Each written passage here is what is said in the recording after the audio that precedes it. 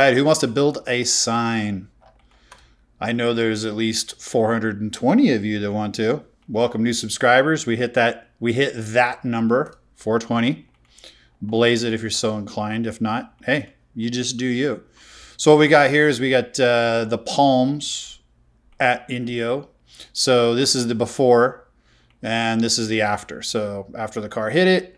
So we're going to go ahead and take it from what it used to look like and try to make it look like that again. So we need to Frankenstein the other cabinet, put the new cabinet on there, attach it to the pole, and Frankenstein it into the existing base. And hopefully it kind of looks like this once again. So just to start out, I have nothing to do with the palm. So you know the palm's out in the driveway. You're going to need to take the good face off and trace it and figure out, what it is and all that. And then I would just subtract maybe a 16th off of that, whatever you trace to take it in, which might be the thickness of your jigsaw blade. And then you wake up your fancy little Milwaukee jigsaw I saw there, looking good. And you're going to need to cut this. And then somebody's going to need to figure this out. I mean, maybe get with Johnny. He's going to have to wake up one of the graphics people. Then they're going to have to sort of figure out this graphic. And then for you guys, whether this is painted or if this is a lime green trim cap we can bring in, or if it's painted, either way, so that's kind of on you guys. That's all meat space. That's all humans. So knuckle dragging kind of stuff. So you're gonna have to make that happen. I'm not sending any files for that. What I am sending files is this. So with that being said, let's get after it. So lay of the land. So it's gonna be a hard candy shell, the outer shell with the parts that hold it together. And then you've got your gooey center. So this will be the interframe or the inner frame, let's call it, and then the actual retainers that hold all the faces in. You have your bottom box that you're going to be Frankensteining together with the old one, or install is. You got a couple of cutty jigs here, so keep an eye out for this guy. This will be for the 1910 sign comp extrusion, and then I'm going to need these. I'll be taking these little guys. These are little angle cuts for the little tubes that we have to cut. So we'll get after that. Here's all your electrical. So this is going to be what sort of holds all the power supplies. You got your switch happening here. And then this is for the LEDs. So you got your sticks for your new pucks, for those new pucks we're using. We'll go over that. Blank panels. Right now there's no copy. So, I don't know how they're paying rent. There's no tenants. But these are different sizes. We'll go over that. So there's a top and a bottom and mids. And then 1/4 inch. So we'll go over this. This is going to be for mounting to the pole / lifting. So let's start with the outer hard candy shell. So this isn't that difficult. It's just making sure that things go together in a proper order, and then kind of pointing out how I figured it, so that way you guys can see what's up. So get everything bent. So you're going to take. They're actually down here. If you take these guys, and you can see where I have them colored, these are essentially jiggies, if you will. So you're going to take these 4 jiggies, and you're going to just do a major Lord's party. So I'm going to just take a little Lord's gun here, and you're just going to Lord's the crud out of all the inside of, or either way, like Lord's the jiggies or Lord's the insides of the hard candy shell. And then you're just going to take those jiggies and just Cleco them all together. I mean, of course, I encourage you to Cleco it together to make sure it works. And so you can see where, like on the sides, the verticals, they go all the way into the corner of the top piece. So when you bring the top piece down, really that's all it is to hold it together for now, is that the straight part of this guy here is going to hold that together. And then you're just going to work your way around. So, and then the way that looks is that if you look at the purple here, this is the jiggy, right? Let's go ahead and break that apart. So this is the jiggy. So you're going to bring that in and forget this for now. Oh, we need you though. You get up there. There you go. So you're going to take these guys and just Lords these in and create the outer shell. And then where these come together, you'll see that these guys will have tabs that you're going to rivet those together. So that's going to help this sort of become one, but it's not that strong because, you know, you just got lords here to hold this corner and that's it. You're not going to have a face to kind of hold it all together because I'm just trying to save weight. So prep is just going to get rid of all the holes, and this is going to be the finished face all the way around. So on the verts, you'll see there's 2 points here. So wake up the rivets, get the rivets ready, and you're going to rivet that together. You can see how those tabs come together right there. And then those tabs are there. And then those tabs will meet up with these holes here when you bend those. And again, the flanges go to the inside, and then that's going to be the landing pad for right here. So that's going to be the landing pad for the inner frame. So you're going to bring that together. And then the next part will be what you see, the blue guy here. The blue guy is going to come in, and then you're going to rivet that together. And then you're going to permanently affix or removable final retainers. So the inner frame is next. So once you get to this point where you have the hard candy outer shell sort of lords together, and then these are riveted together in the corners, and you have this, then you're going to bring in the inner frame, which is the blue frame. That's these guys here. Now, there's two sets. There's rivet holes towards the edge, and then there's these guys here are for the retainers. These are 165 Clecos. So then what you're going to do is you're going to take that blue and rest it, and it should match up even with the hard candy shell. And then you're going to work your way around the perimeter, and you can see there's the rivet holes, and you're going to rivet this inner frame all the way around and get that all set up. Now, don't forget that you're going to need these guys here. These cats are going to be for the extrusion. We're not going to get ahead of ourselves, but I'm going to create a tray for you guys that the extrusion is going to sit on. So if you take these little rectangles, and I went ahead and made reference kiss marks on the outside, so you'll know that these go there. So as you're riveting together, you're going to be doing, this is just 090 to 090, 0.18. But when you get to these blocks, you're going to have to go through all three. And that's what that green represents. So where those rectangles are, you're going to go ahead and do all three. And so wake up the long rivets. And but just work your way around, and you're just going to rivet everything together to the inside flanges of that. And then that'll create the inner frame of the hard candy shell that you already made. So you're kind of working your way in. Then once you get that taken care of, then you go ahead and hold it together with the corner jiggies. I gave you corner jiggies for this inner frame, and then you're going to go ahead and tack those in like you normally do, and then that's going to help strengthen this sort of weak corner, because then this inner frame will be a solid, semi-solid piece. Because once we get there, you're going to be trying to lift this bad boy from a single point in the center of this, and then I was getting kind of worried that there would only be this, right, holding this together. And then so when we have the corner jiggies, that'll help as well. So because you're going to see the lift point's going to sit on the inside of that inner frame. The gooey center is going to be where the lift point lives. So once you get to that point where you've got the outer shell, you got this guy all riveted in, all nice. I wouldn't put the retainers don't go on yet. Save those, but the retainers will go on to that part. So, but we'll get there. So let's do the lifting though now. So now we'll switch over to the 1/4 inch. So for the top, which I have top, you're going to do weld nuts like you do. You're going to do 1/2 inch weld nuts. And then these are going to face up. So if you're looking from the side view, these are going to face up because we're going to run bolts in, and that's going to kind of hold this system together. But for the top, you're also going to have this little top hat. And then you're going to do a weld nut on that, and that gives us our screw-in lift point at the top. So that's what that looks like there. So you'll have these two guys here. So you'll burn a nut to this, and then dog bone it to these two jack stands, and I would burn those really well, and then take this little assembly and plop it on top.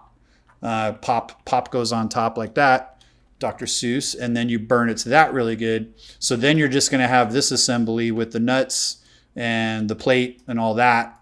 Then that you're going to use the 193s. I got 3 on each side, and it is going to correspond to the blue inner frame, and you're going to Cleco it up and then tack it / burn it. You don't have to get too crazy because it's not going to go anywhere, but I would make sure it's on there pretty good. I gave you room to tack it to there. You can kind of burn it across here. You'll have that full if we go look at those pieces here, you can see where the 193s are, the light blue. So you'll have all this to burn. You can tack it along the side if you want. You can burn it here real well and make sure that, that's good to go.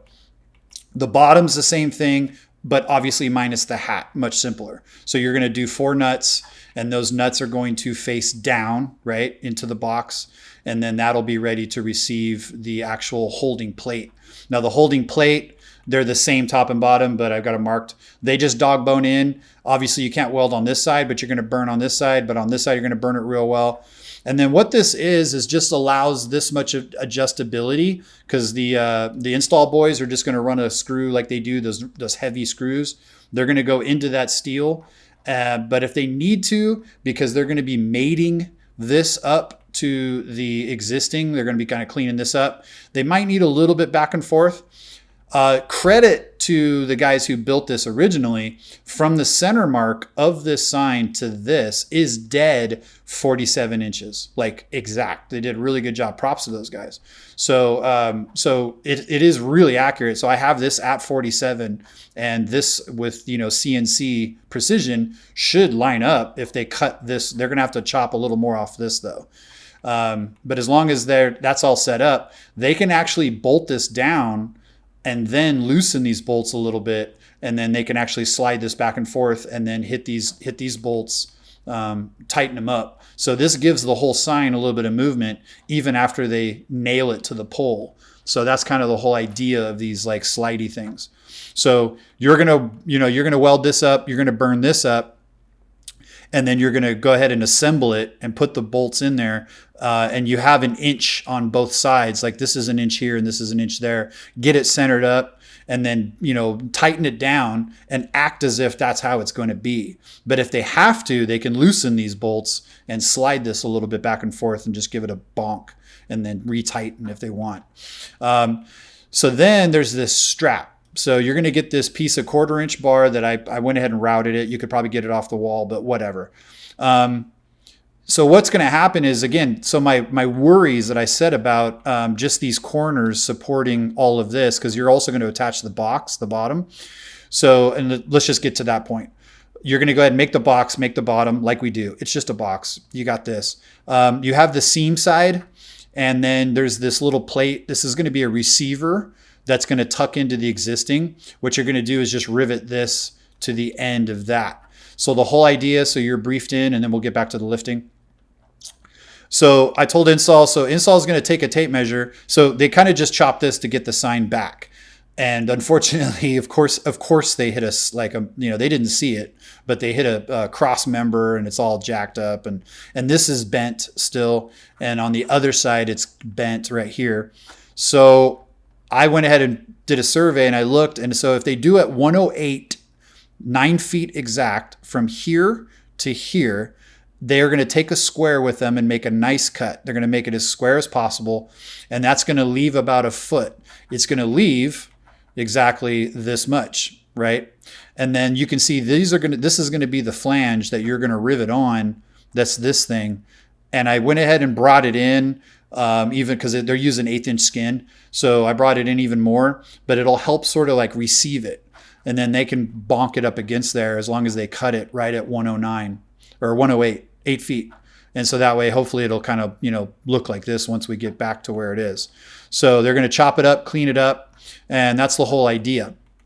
So you're going to go ahead and get the bottom box done and do like you do on every other sign, lords it up real good, get it nice and strong, and then maybe just shoot screws. So you're going to permanently put the bottom to the bottom here.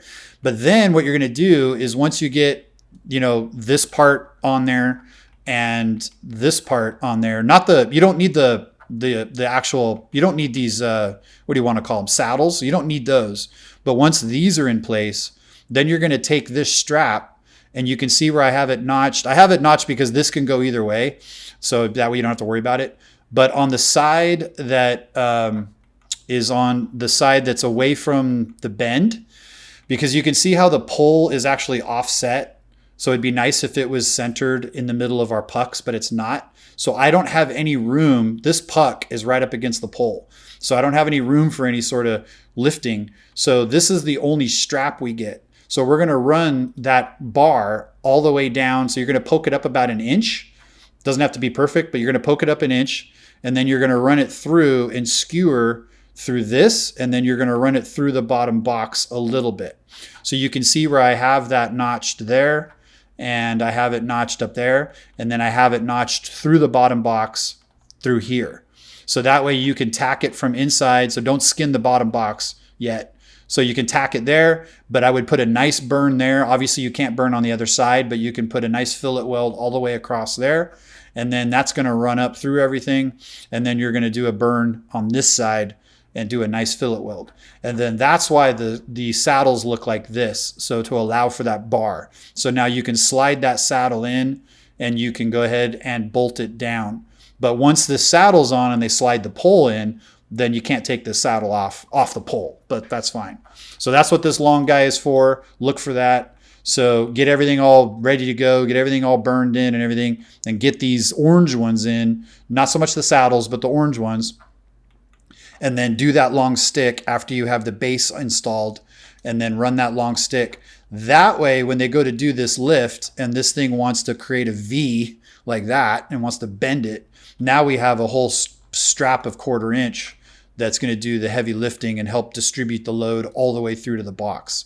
That lets me sleep at night. So now we're at the point where we have the inner frame, we've got these guys burned in, we're all good to go. So now we're approaching electrical, and we're approaching the retainers and the extrusions, the dividers. So let's wait on dividers. I think you're going to want to do dividers last. Because that way you don't create like a jail cell for yourself to have to work through the dividers. Leave the box open for yourself. And I think the dividers might be the last thing you do. So let's do electrical. So just like here, I want to keep it similar because I think there's like 4 or 5 of these all around the property. So I wanted to keep this switch looking like it does. I know we usually do our, custom recess switch, but like animals, we're going to go ahead and let this stick out into the weather. So that's what we got here. We got the switch right there, 7 inches down. So we're going to create this structure. It is going to be 6 power supplies because this, lucky enough, this one runs the power for this. So we have to run their Osrams, the old schools, and we also have to run ours. Now doing the math, these new pucks, these new Powerboy pucks, they can do 33 on a power supply. 27 is what we got on one side, and we got 27 on the other. So we could theoretically do 2, but I don't want to overload it because we're already doing 3 for theirs. So I'm going to do 3 on ours. And so that means you're just going to do 2 sticks per power supply for ours. So we'll get to that. Anyway, so it's going to be one of these things where the blue goes inside the red and then the red goes, whatever, and it's got a cap. But as usual, we're doing a little different switch because the switch has to be, through the body of the sign. So what you're going to do is, get all this bent up. The green is going to tuck inside the blue, right? And then from the face of the blue, from this side, from the power supply side, you have 4 rivet holes. So you're going to rivet the green onto the blue. And then when you slide the blue into the red and rivet it, it's going to create this little pocket. So, and that pocket will go all the way across like that. So this is where the switch will live. And then the switch will have a happy little door. This is where the switch lives, a little happy little switch. He lives there. So you got your little door, and then you can put a Heiko right there and then run power to it. So that's where the switch will live. And then once you get this riveted into that, you rivet this. This goes onto the blue, actually. That rivets onto the blue. That gives us a hat. And then that, you'll have 6 Cleco holes because we don't want to rivet to the outside. So you'll Cleco that in, lords the crud out of it, but while the lords is still goopy, just shoot a few tacks across the top and shoot a few tacks across the bottom. So for ground and bond. So that way we get some metal on metal and we're not insulated with the lords. Insulate with the lords. So that lives there. Happy little power supply thing. Order in some GEs. You're going to eat up 6 just for this. So that'll be that. When it's time for pucks, you're going to bend these up. And then I did some testing here. If you just take a machine, a number 10 by half, and run it through the metal into the plastic puck, it threads perfectly. It works great. But don't use sheet metal screws. That way we don't have a an entire matrix of sheet metal screws ready to cut anyone who reaches their hand in. Let's not set anyone up for the okie doke. So make sure you use the machine screws so we have a blunt end, and we're good to go. So you're just going to put the pucks just like that. I was kind of expecting more of this spacing because I didn't really know about these pucks, but they do not space very far. So this is maximum spacing. So we are using quite a few pucks for this. So make these pucks, you're all good to go. And then what you're going to do is make the adapters, the receivers that hold the pucks. So that's going to involve 4 across the top, these like C-channel guys here, and 4 across the bottom. That's what these are right here. So we're going to go down here. Yeah, we're jumping all over the place. So we're going to take these 4 here and these 4 here, and these frap. And again, I have score marks here. These score marks mean no rivets there. These are going to be for screws. And you're going to screw these in from the inside. You can see where it sits on there, similar to this, to the lift point. And then you're going to frap that in. Then you're going to take these guys and you're going to pick a side. So I gave you, so that way these could be universal. I gave you 2 sets of holes, but you're just going to pick a side and make sure you're using the same side on the top and the bottom. The way that looks is something like this. We go over here, a little something like this. So you're going to frap the green. The green is the C channel. You're going to frap in there, right? Boom, boom, frap it in there. Then, like I say, you're going to work from the outside in. So you're going to come over here and then you're going to take the receiver guys and you're going to frap those in, but the flange is going to face out. And then you're going to stack from the outside in. You're going to take the blue, these guys, and you're going to frap those to that side. So pick a side, pick a side, a hole here, and make sure that these bars, these receivers are on the same side of the sign, here and here, and here and here. You can see them in green. And then you're going to frap those sticks in, and then you're good to go. When it comes time to wire, like I said, you're just going to run the wiring over. So you're going to do 2 per power supply and work all your leashes over. Boom. So there's your electrical. Obviously, you don't need to put the electrical into later, but you can put the receivers in and all that, even for paint. That's fine. I'd get all that ready. So retainers and dividers. So the retainers, per their existing, because you can't slide anything out the side. So the top, the inside here on the angled side and the bottom are permanent. So I have that set up. I have Cleco holes for those. So you're going to put, there's your perm top, right? So I have Clecos to match. So you're going to go ahead and Lords that top retainer, and you're going to go ahead and Lords the side retainer and the bottom. Left is removable because that's how we're going to slide the panels out. Simple as that. It's all good. It's all sexy.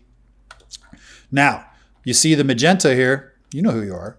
The magenta, you're going to have 6 dividers, 3 per side. And I brought that in. It should be in there from Montroy.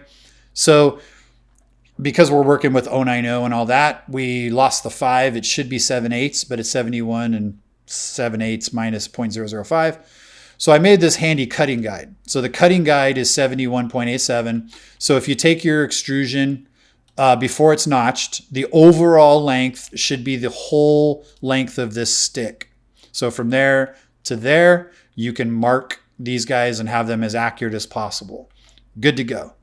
Then once you have these cut, you're going to lay this and match it up, and you're going to use this little mark here. You're going to make yourself a scribe mark there and a scribe mark there, and then you're going to make a scribe mark on this side and this side on the face, and that'll be where you need to chop both down and then make that notch that allows it to sit in there. That's this notch. You know how we do. So you go through the face one, you come down, and then you come behind, and then you I don't know, in the bandsaw or whatever, and then you cut that as accurate as possible. So then you'll have that divider thing that we do, and that'll be ready to mate in.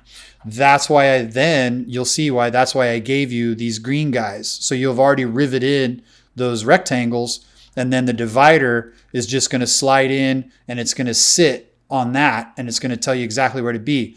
Also, on the back part, the 1.75" side should match up into the grooves that I made in the Blue Boy there. So in the inner frame, you'll see that it is notched to receive those. So right there. So that's the system. These little blocks should let you just rest, and then you can burn it. And then also this will sit in there all sexy. I think maybe you want to do that last, and then you can then custom make it to where it fits in the retainers. Or do you put these in and then make sure the retainers fit by scrubbing those a little bit, because the retainer has to bump up against that. You know what's up. So I don't know, maybe put the retainers on, the permanent, lords them on, get them on there sexy, and get this removable one on there, and then cut these, and then you can maybe shave them to fit the actual retainers, because you know that's where the retainer fits right there. So anyway, so that'll be the last thing you do, is put those dividers in and get those nice and sexy. Now the one thing that I'm handling is you're going to see that you're going to have these little nuggets that say palms, PLMS. This is the angle that I need to cut, and I have some PVC, 1.25" PVC, and I'm kind of excited because this will be the first time I made a bushing spacer for that I 3D printed. So knee-jerk react, because this is just PVC pipe. This little guy connects, you can see it here. There's a little PVC pipe there, and you can see it right there. So we're missing that one, and it connects the palm tree to the cabinet. But it's at an angle, and it's just PVC. But in order to make it to make a bushing, I 3D printed it. So it's kind of cool. So I'm going to come get this though. And this has the actual length and the size, because it's kind of weird size. So that'll help me cut that angle, and I'll glue in the little bushing, and we're good to go. And then you're just going to have a 3/8 Mr. Bolt. 3/8 bolt's going to go through, so we can make that assembly for install. And they're going to slide it through and then bolt the cabinet to the palm tree. And that'll be the last thing. So yeah, a lot going on, but it's not that difficult, but there's a lot of weirdness. And so I just want to make sure you know what's up. Make sure you got the weirdness. But otherwise, I think that's it. I think you got it all figured out. Oh, the panels. Yeah, I was going to say, because the middle dividers are 1.5", but you're dividing that in half, you only have 3/4 of a retainer here, but the bottom and the top have a full 1.5" retainer. So that's why the top and bottom are a bigger panel than the mids. So look for mid, and then look for top bottom, and top bottom, and then that's why there's different sizes.